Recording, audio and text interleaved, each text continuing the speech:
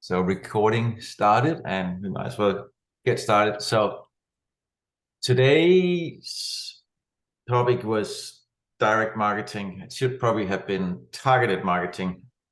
But there you go. I'm going to start off by playing a David Knox video, so we can see if I can share my screen and get that to work. Hang on a minute.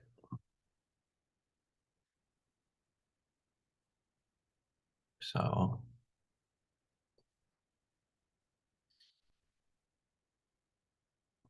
does everybody see my screen? Yep.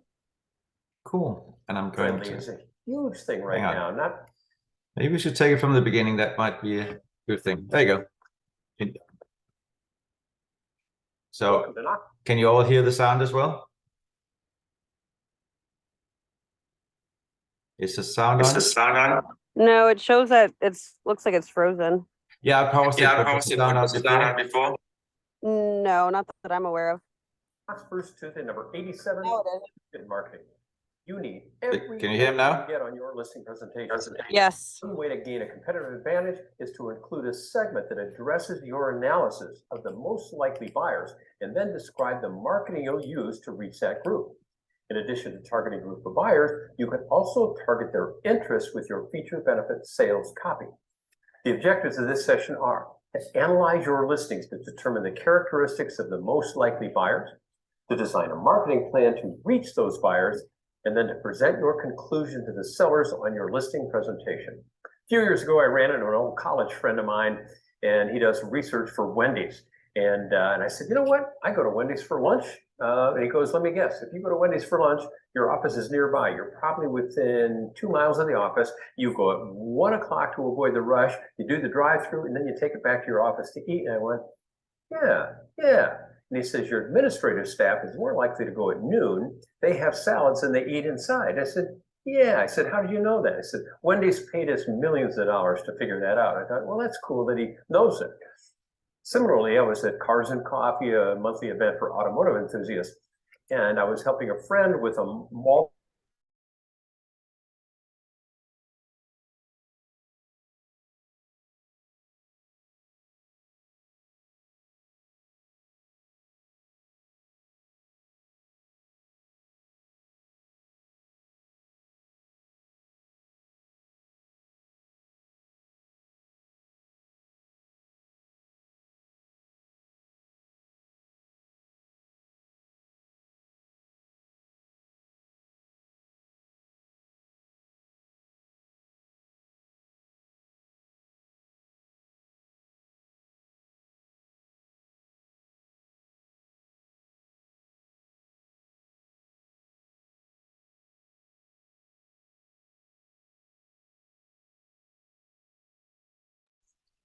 I don't think there's any sound anymore.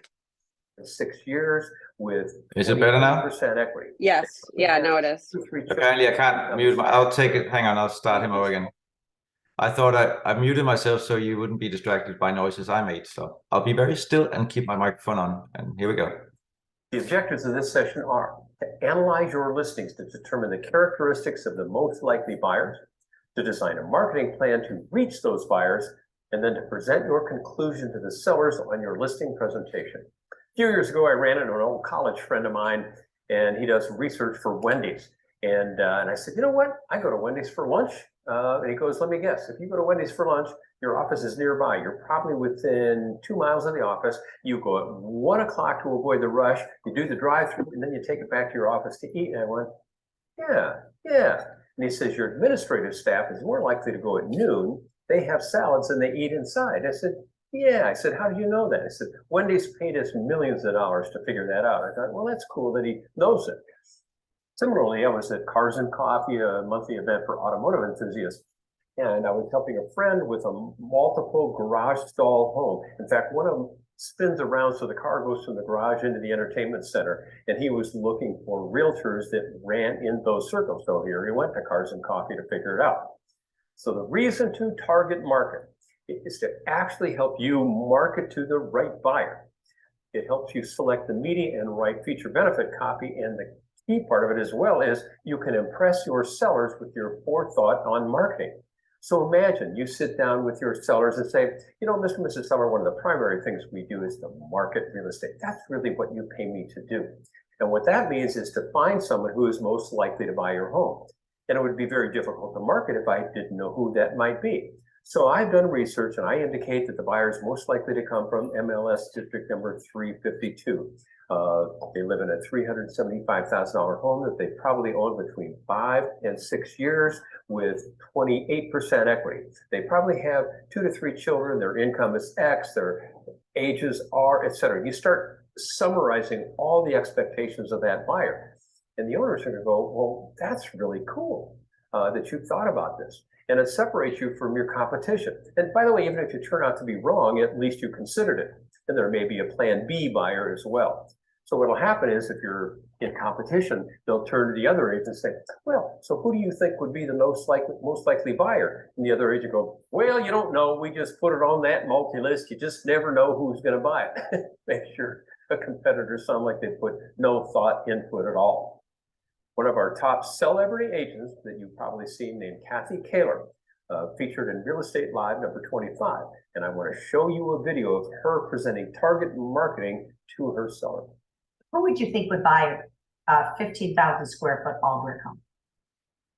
9 bedrooms, Someone with a lot of 12 kids. baths. You guys go into pro athlete realm would be one. Yes. Right, that would be one. Yeah, and lots of kids, yes. Yeah. Of course, some features make the target buyer obvious: bedrooms, garages, size, etc. But she got into the topic, involved the seller, and allowed her to discuss her skills. And even if not a unique feature, every home has a required income and a most likely current neighborhood of the buyer. Next, what I'd like to do is show you the KFT worksheet target marketing analysis. So download this form from your support materials, and I'll zoom in and give you a quick tour of it. Print it out and go through all the columns, and we start with the cash required. You kind of know the price of the property, you know the most likely financing. You can compute the payments, and from that, you can compute the income required. And once you know a buyer's income, that tells you a lot about everything else. Then you can kind of guess, you know, where will they be living now? What's the value of their home? And I'll talk about how to compute that in a minute, where you divide it by 1.5. And then you can go through the buyer demographics: family, age and lifestyle, unique interest. And again, you may not be 100% right on this, but you know something. You're in the business, you know the area. That's another way. If you know the area, you can do some of this. After that, the target media. Where would you most likely do it? Now, everything goes on the internet, but given that, where within the internet do you place it? And finally, what target features do you sell? One of the mistakes a lot of agents make when they advertise or promote a house, they do everything, bedrooms and baths and everything, when in fact there's 1 or 2 key features that are going to be critical to the buyer of that home. And you can itemize these and present this to a seller. Can you see how a seller would be impressed that you thought this through?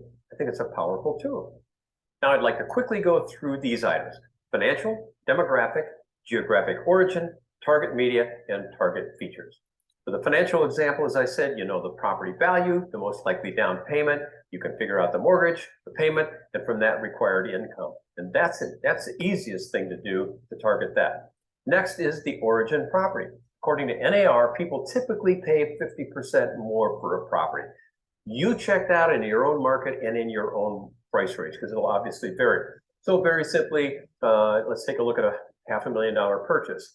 Now, the origin times 1.5 equals destination. If you're in algebra, the reverse of that, you take the destination divided by 1.5 equals the origin. So in this case, you take a $500,000 home, divide by 1.5, the mid 3s is probably the home they're in now. You got to check that out on your own. And then target marketing, you can do postcards to the zip code, to the move-up buyers, and things like that. Now, when you do this kind of target marketing in Facebook, you got to be very careful, because with the fair housing rules, a lot of the targeting we used to do by area doesn't work as well. So you got to check that out. The subject property neighborhood, obviously, right now I live in a high-rise condo building, and I'm on the 10th floor, and I go to the homeowner meetings and I meet everybody there, and it's amazing how similar everybody is there. I mean, the people who live there, they had a larger home in a western suburb of Minneapolis. Most of them have second homes. Most of them have nice cars, but they don't know how to keep the battery charged because they don't have battery tenders. So if I'm marketing that, I know what they're going to be like. I know the neighborhood, the sales in the area. I typically know their previous housing situation now because I live there, and as a realtor, we know the same thing. The geographic origin, again, in the example I'm using, we know they're coming from the western suburbs typically. We know the property type value. We know whether they're moving up or moving down, whether they're in town or out of town. So basically, you just go through and ask yourself these questions on all of your listings. And then the experience. Are the people coming into the home, are they renters? Are they owners, first-time buyers? Obviously, you're in a very, very high-priced home. That's going to dictate some of this. How many homes have they owned? How long have they been in their current home? And just again, this is all conjecture based on your understanding of your own market. Demographics, figuring out age, family status, lifestyle, income deals with this quite a bit, and that determines some of it. And then finally, this is the key to target marketing, is their unique interests. Again, where I live, it's convenience living. Some communities are golf or tennis. Pet friendly is a huge thing right now. Not necessarily a target market, but it's a criteria people are looking for. Automotive, you know, I'm into cars. So if I'm going to buy a house, I want to make sure I can get enough cars and enough height to put a lift in it. And waterfront, there's so many different things. They're all obvious, but you need to sit down with your sellers and say, because of this, this is where we're going to advertise. And that gets into the media. You're going to be online, obviously, but trying to segment that by the way you tag it and the keywords. Special interest publications if they exist, magazines, mailings, or networking, obviously. Jack Cotton, by the way, works with a really, really high price property. In fact, you got to listen to Jack. And one of the things he says is, I can't often get a face-to-face with the owners of some of these multi-million-dollar properties, but I can talk to their fixed base operator who manages their plane, the people who handle their boats, things like that. So there's another way in. Google AdWords, you can use those, target those. And finally, Facebook, as I said, be careful on what you target.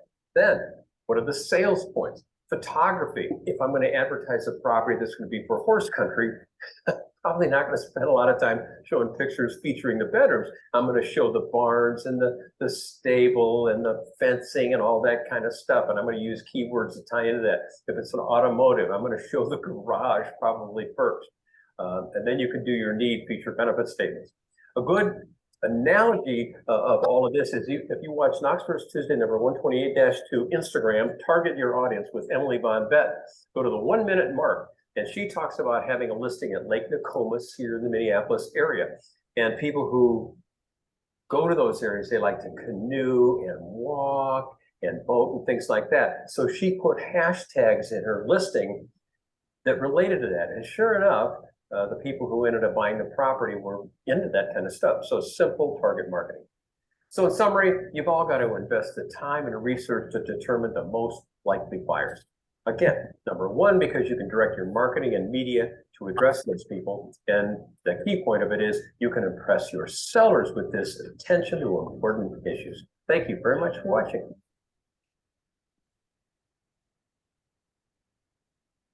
And we're back. Maybe. Hang on. Sorry. There we go. We managed to kill Mr. Knox. So, any comments, questions? Sorry, I'm going to put my camera on. I'll need to go on and watch this. I was working listing. People call me, so excuse my tardiness for joining. It's Carol Wade. Hi, Carol. I saw you coming in a little bit later. Yeah, that's fine. It is being recorded, so you can go back and watch it. And that particular video is obviously also available on the David Knox website. So, how is this useful? Hey, Gibby. Hello. Where are you sitting? I'm at the radio studio. I do the Big Mama radio in the mornings now, so I'm still here. We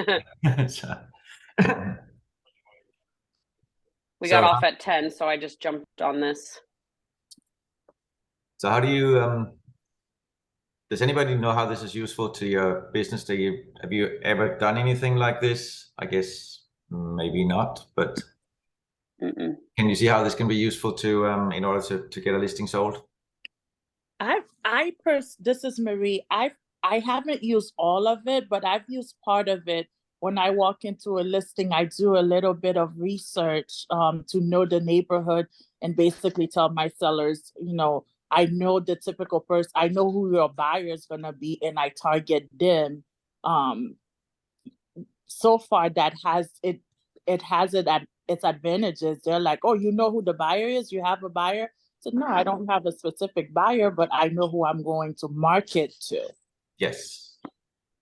And that's actually crucial. I agree. That's, and then I think that is something that can set everybody apart from other people. I don't think a lot of people are actually using this, and the more detailed you can get, the more specific you can get in your marketing, and the less money you will have to spend on finding the buyer.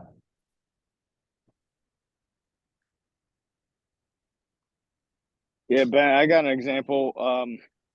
This was a personal house that I had back in Estero, and it was in a pretty good location right off of 41, but it was a single family house on a half-acre land.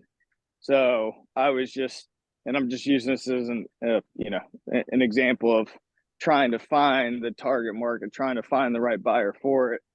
And basically, I figured this would be a perfect property for like a contractor, because the person could work out of the house, store their equipment, all that kind of stuff on the property. So we started cold calling general contractors, all sorts of like subcontractors, landscapers. Anyway, it didn't go that route, but I ended up making a lot of contacts and sold some of those people other properties. But the lot that I had behind it, half acre, that guy owned a pool company, and he ended up buying that property. But yeah, I think that finding who your target market buyer for it and going after it, not only are you kind of impressing the seller and you might not sell the house to that person, you pick up a lot more leads from it. You do, and you pick up the right leads. I mean, like I said, and you don't, even if they bring their own realtor, there's a pretty good chance that they've seen your ad, but we know most people already work with somebody. So if they see something they like, they go to that person they know and trust. So just because you don't get the buyer from your marketing doesn't mean that your marketing didn't find the buyer. Yeah, for sure. Makes sense.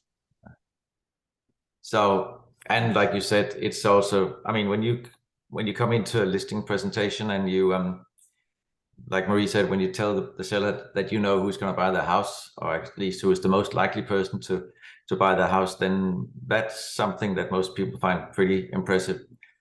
And you can actually, even on Facebook, you can directly target these areas. I know we had another roundtable where we talked about migration patterns, I think, didn't we?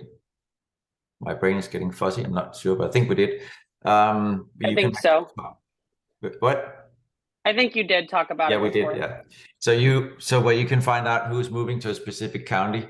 And even though Facebook, for instance, don't allow you to do a lot of things because of fair housing rules, they still allow you to target a specific zip code. So if you know which zip codes or which counties that people come from to move to the area, you can specifically target those zip codes in those counties. Or you can, in some instances, because for whatever reason, some counties are specified in Facebook's database, some are not, then you just have to go 15-mile radius around the center point in the county. But most counties you can target by just typing in, say, Orange County, Florida, and then the ad will just be shown to people in Orange County, Florida.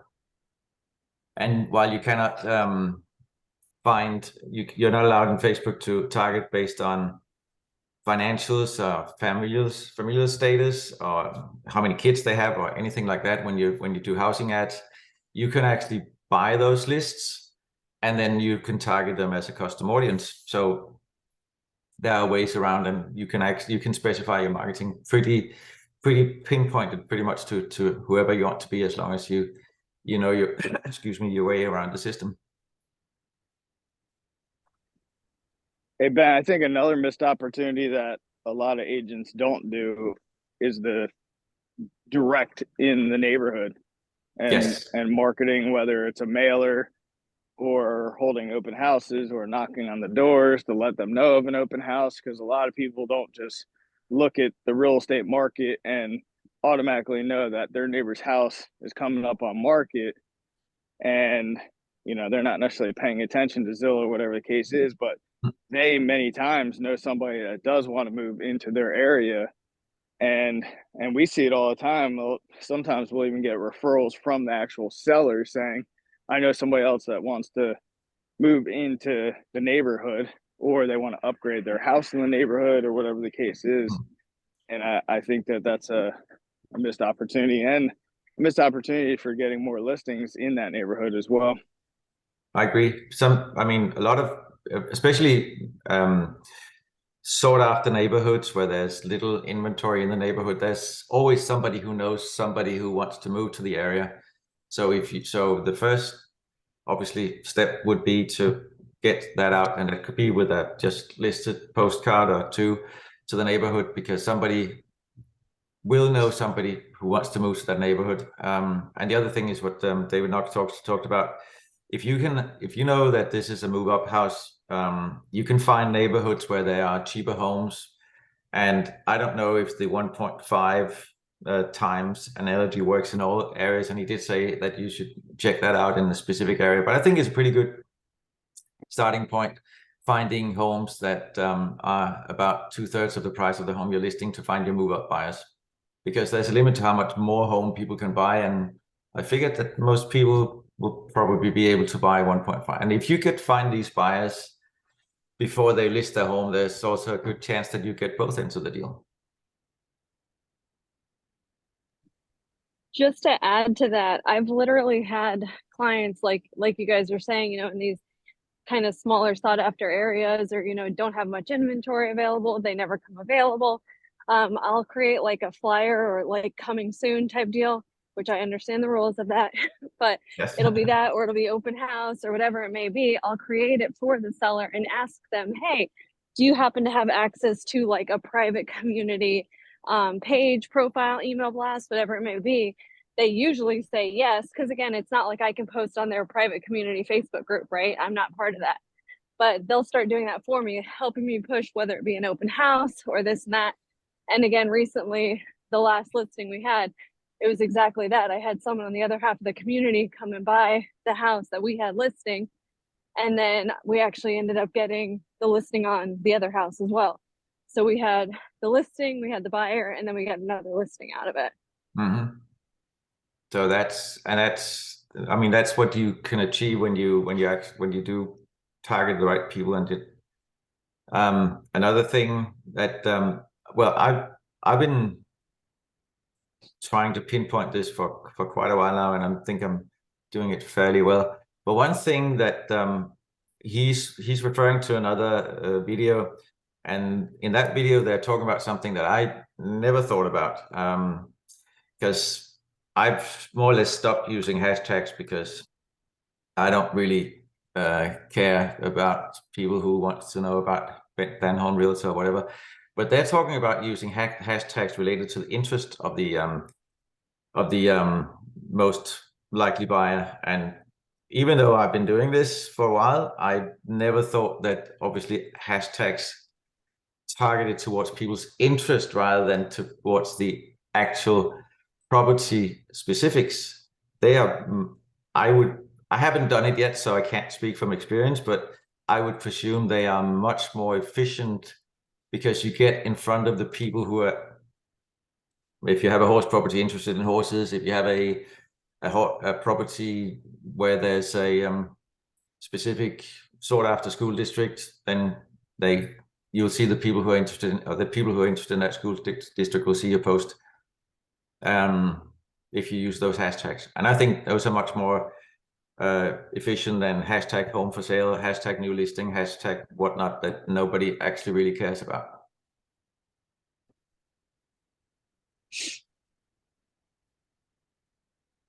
But I have yet to try it. That'll be on the agenda for the rest of this week.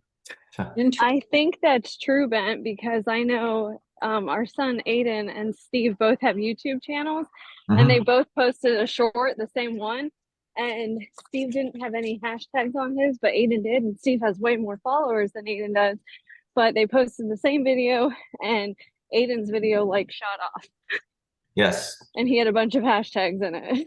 But it's got to be the right hashtags. And I think Yeah. what we all seem to, or at least I sort of never thought about, is that when you post listings or any real estate related stuff online, everybody can see this is real estate. You don't need to tell them that. So if you have a listing that's in a golf community, then obviously I think we all probably would use the hashtag golf, but use other related tags that are targeted towards people's interest rather than the actual property.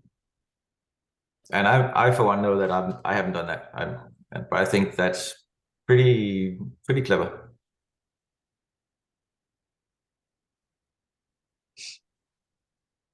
Interesting. Thank you.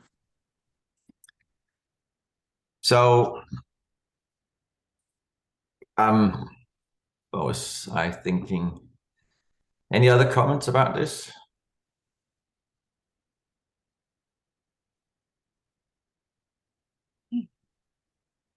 I'm definitely going to give it a try. It makes a lot of sense. Particularly, like, for example, boating, sailboat water, things like that. If people are interested in that type of community, or golf, horses. What I tend to do is I'll save in my notes. I have one note in my phone that's all hashtags, and I'll, put different ones in there and I test them out. So like, and then I'll put like good off the bat or whatever. And it's good to have one specifically for you too, from what I've read. Like, if I do like Gibson Eagle, or she sells SWFL real estate or stuff like that, just so like unique ones, I guess they say. Just so you kind of, if someone were to click on that, it's all your stuff, Yeah, that's I'm not saying that you shouldn't do that. I'm just saying that it's not particularly useful for marketing of a specific property. But yeah, yeah. But yeah, you should obviously also use the branding opportunity whenever you can. But I don't think it should be your primary goal, because it's really hard to brand against some of the people who have a lot more money to spend than we do. So I think if you can get in front of people where you can actually sell something, I think that's more important.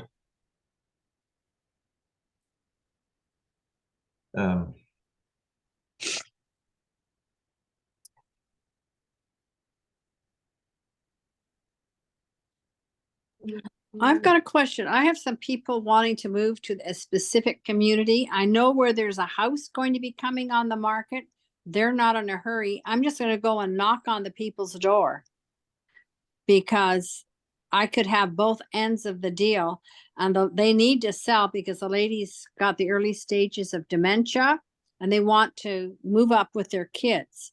So I'll just make a simple approach. And I think I'll do it when I have my dogs, because they have dogs, just to get an interest going. Mm-hmm. What do you think of that? That's not a bad idea. You could also send out a letter to the whole community and say you have a buyer who's interested in the community. That's a good idea. That probably would be, as long as they don't just immediately put it in their trash. Yeah, well, depending on the number of households, you could do a handwritten letter. But if that's too many, you could do a typed letter with a handwritten envelope. And please don't put a return address on there. Just because first of all, why would you want all the letters back that had a wrong address on them? You're not going to send them out again. And secondly, you would have to put your name and what you do on there. So make them at least be enough curious that they have to open the letter to figure out what this is about and where it's from. Yeah, they'll think it's personal, so they'll open it. Personal, but no return address. Excellent. That's exactly what I'm going to do. Thank you. That's my project this weekend. And I know you don't have any small kids, but those of you who do, they are very good at writing envelopes. You know what? I was wanting to share. I actually was showing a house in a community, and next door the guy had a U-Haul in the driveway. So I went up and asked if he was moving. He said, "I said, you have a Sound is going. Huh? We can't hear you. Oh, you can't hear me? No, we can again. Okay. So I went up to the door, asked him if he was moving, and he said, yeah, he was moving to Hawaii. I asked if he had an agent. He did not. He says, why, you want to buy the house? And I said, I might have a buyer. And I actually did put it together. So it's not, I mean, that would be, especially if you had the dogs, it was just casual, but they may have an agent. Put it on Yeah, the market and everything. we're losing a little bit, Cynthia, but I think we got the gist of it. Okay. Yeah. So yeah, and actually the thing about having kids writing envelopes is not a bad idea. Even if they have to write it with a crayon. I mean, the more helpless it looks on the outside, the more chance anybody is opening it.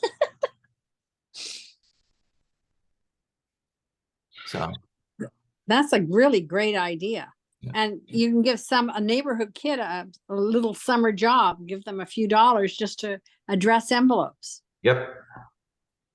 And put a stamp on it. Something other that we've found is that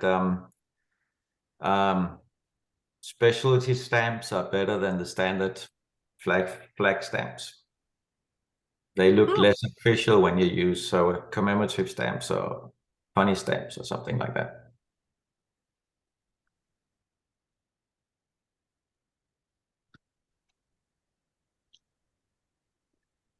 So, and don't spend too much time making sure that the stamp is sitting perfectly square in the corner of the envelope. Anything else?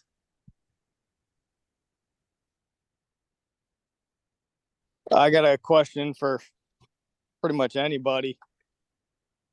Is anybody running into issues with how mortgage rates are right now? Yes, can you hear me? Yep. Yes. I have one that's coming in. It's not the rates, but the banks are charging like over 1.5%. So like on the one that I have at 985, they're charging $17,000 for their bank price for what is it called? I can't think of it. Just to do the loan for them, 17 grand. Agent fee? Yeah, the fee that the bank is charging was like 17 grand. It's usually like, sometimes if you are with the bank, it's 0.5% to 1%, but I've noticed that it's been very high. And the 20% they want now for anybody doing like a second, they don't even care. They want 30% down. Have you tried talking to Evan Kroon? I haven't, and they're from Texas, and I'm doing the one. They're my friends from Texas, and I don't know the lender. They got it from their father, and the property is up in Destin, and I went ahead and met them there because I was driving to my mom's house anyways, so it's halfway in between. So from here it's 8 hours, and then to my mom's house in Texas is 8 hours. So I was like, well, I guess I'll meet you guys there and see what happens or whatever if they decide to go forward. But now we're having issues with the loan because they're just overcharging on a lot of things. And then they had one thing that said extra items, another 15,000. I'm like, wait a minute, you can't just put extra items on there. Like, what? You have to put a line item on that. Like, I would definitely talk to Evan Kroon okay, or someone else. I have someone here in Orlando. He's also really good. And okay. so I can send you his details. But All right, great. Well, what I wanted to say on that too is if you guys are running into certain issues like debt service coverage ratio, or you're just off a little bit, you could always get and it's about to kill the deal or whatever because they can't get financing, you can get the seller to buy down the rate. Right. Especially if people are really rate sensitive, or they just are like, I don't want to pay 7% or whatever it is. Sellers are getting more motivated now. Not in all areas, but you definitely see sellers being more motivated. So you can have them pay for obviously closing costs or rate buy downs. And there's a whole world of sellers that are free and clear on their homes as well. Yeah. Part of us always talking to sellers is where they're, how much do they owe, if any, and if they're open to terms, and then explain how that could benefit them by collecting a paycheck or not paycheck, but a monthly payment and interest on their money. A lot of people don't even know what to do with their cash anyway. So in these transitioning times, you got to kind of think outside the box. And they're not going to earn that kind of interest in the bank either. Right. And the sellers that are stuck on a really high number and you're showing them the comps, if they're free and clear and they want 500,000, but all the comps are 400, if you're putting it out to the open market and you get the seller on board saying, look, nobody's going to pay $100,000 over unless you give them really good terms. And those terms could be a low rate, a low monthly payment, a longer amortization. I mean, nobody even says that you got to do a 30-year amortization. You could do a 50-year. Oh yeah. So you can get really creative and make it advantageous for the buyer. But, somebody overpaying in today's market could, in most cases, only have, especially if the property's sitting, can only happen if you get creative with it. That is true. So have you done any of those, or just used them to get people to be creative? I follow a handful of other YouTubers like Pace Morby and some of these other guys, and that's really all they do. They're of the mindset, look, I'll overpay for any property as long as I get my terms. And sometimes they're buying properties with 0% interest, but they're kind of front loading the interest based on the purchase price. And they explain to the seller that really well. And then they have their monthly payment, most of it going to principal. And then they're renting those properties out or whatever the case is. And then you get a whole other sector of people who have significant money to put down, but they just can't get traditional financing, whether it's a recent bankruptcy or bad credit, or whatever the case is. And if you get a seller to, hold paper and then have it balloon in 5 years or something, it could be the difference of you guys making a sale or not. Yeah, that's true. But my question is, for a lot of the sellers that are free and clear, if they're, a lot of times they're like, oh, I don't know enough about it, I don't want to deal with it. I explain it a little bit more in detail, but then a question to ask is, if you do sell and you have $500,000 in the bank, what are you going to do with the money? And a lot of times people have no plans, or they're like, well, I need $100,000 to go and buy this property. Okay, what are you going to do with the other $400,000? So if we can get you $100,000, then as a down payment, that should satisfy what you're looking to accomplish for buying the acreage up north. So it's just a matter of asking questions and getting creative. Yeah, sometimes it's about finding the right solution for the right people. Yeah, I'm on MLS drips for all sorts of keywords, whether it's seller financing, owner financing, motivated seller, all those different keywords. Because There was sometimes, go ahead. I'm sorry. When I was in Destin, there was a lender there that was using I don't know. I didn't understand how it worked. It was something about, I can't remember if it was your 401k or something. You're not pulling out, you're borrowing against it, but you have to have over $1 million in there to be able to borrow. I didn't understand without, like, I wanted to ask more questions, but we were on a tight schedule. I was only there for one day that, you know, to really look and everything, but he had it. Once I find his information, I will send it to you, Ben and Steve. And because he had it all worked out and planned out how you could use your money. It was crazy. I didn't understand it, but you guys probably would. And maybe if I listened to him a little bit longer to understand it, had more time with him, it would have been easier to understand. But I thought that was pretty interesting too.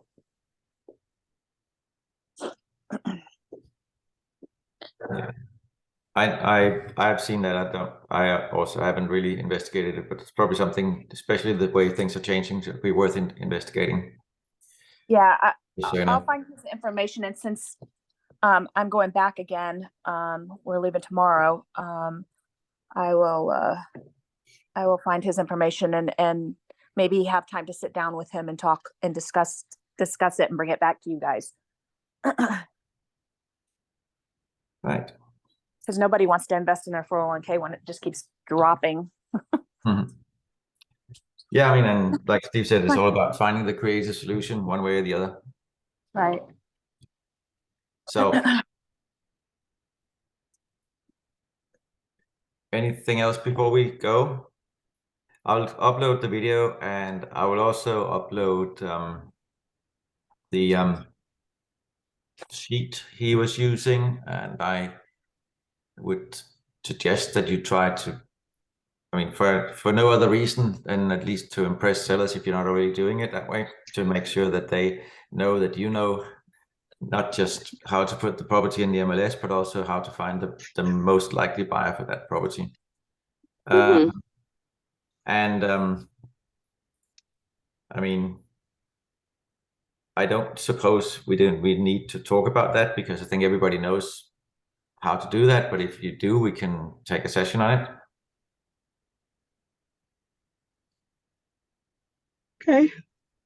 I'm just curious too if anyone else, I mean, is anyone else is just a weird time right now? I feel like I was busy the first quarter and now it's like slowed down drastically. I have a few people in the pipeline, but they all want to wait until end of summer or fall time.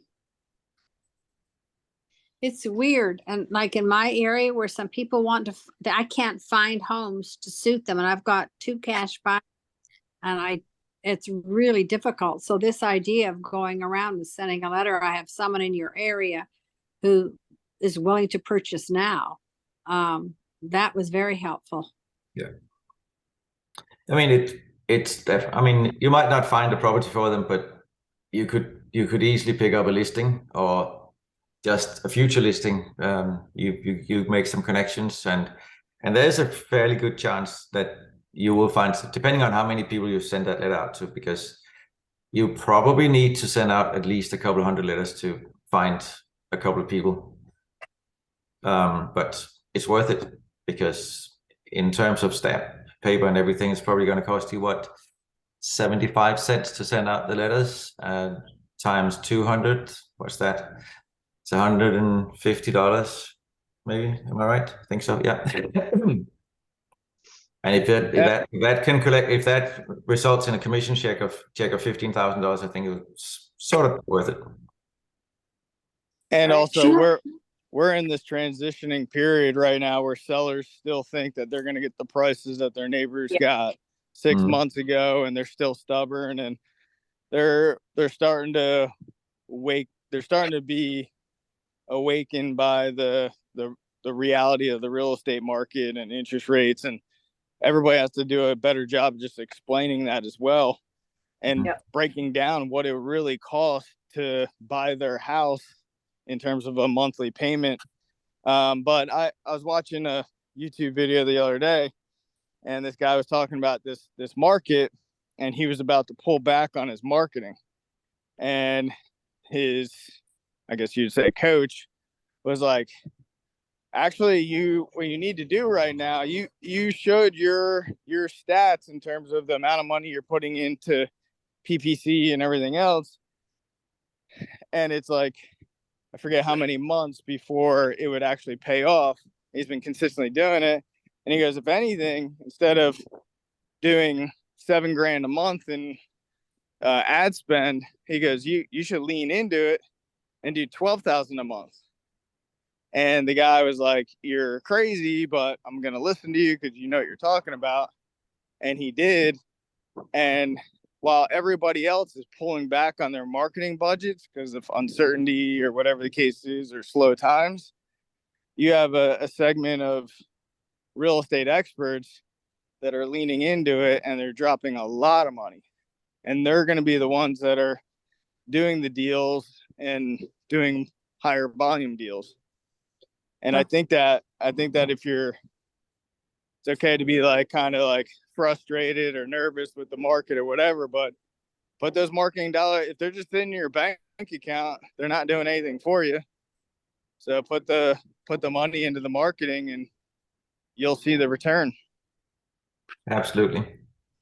And even if it'll cost you $5,000 to get a closing in most markets, that's a pretty big profit, because what's the average commission check? 10 grand in most markets. That's not that unrealistic.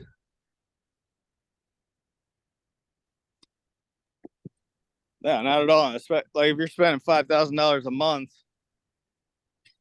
to market, whether it's a combination of things, you're going to learn from those marketing techniques, what's working, what's not working. But if you put in your head, hey, that 5,000 a month is 60,000 for a year, then you got that could be a couple deals. Yes, and that's what I'm trying to say. I mean, and if you do it consistently, you're not going to pay 5,000 for a closing. But even if you were to pay 5,000 for a closing, it's still a huge profit, because the commission checks are what they are. I mean, unless you are in a very low end part of the market, then you are making at least $9,000 to $12,000 per commission check. So, and the longer you do the marketing and the better you get it down, the less you're spending per transaction to get the transaction. Anyways, on that note, I think this is what we have. I think the next meeting we have, I can't even remember when that was. Was it the 20th or was it the week after? I think it's 27th. But I'll make sure you get a text out. I have nothing more. This will be uploaded, and I'll upload the little sheet that David Knox was talking about. So if anybody wants to use it. Thanks, Ben. Appreciate it, man. Thank you. Have a good week. Thanks, Ben. Yeah. Thank you. See you soon. Thank you. Bye.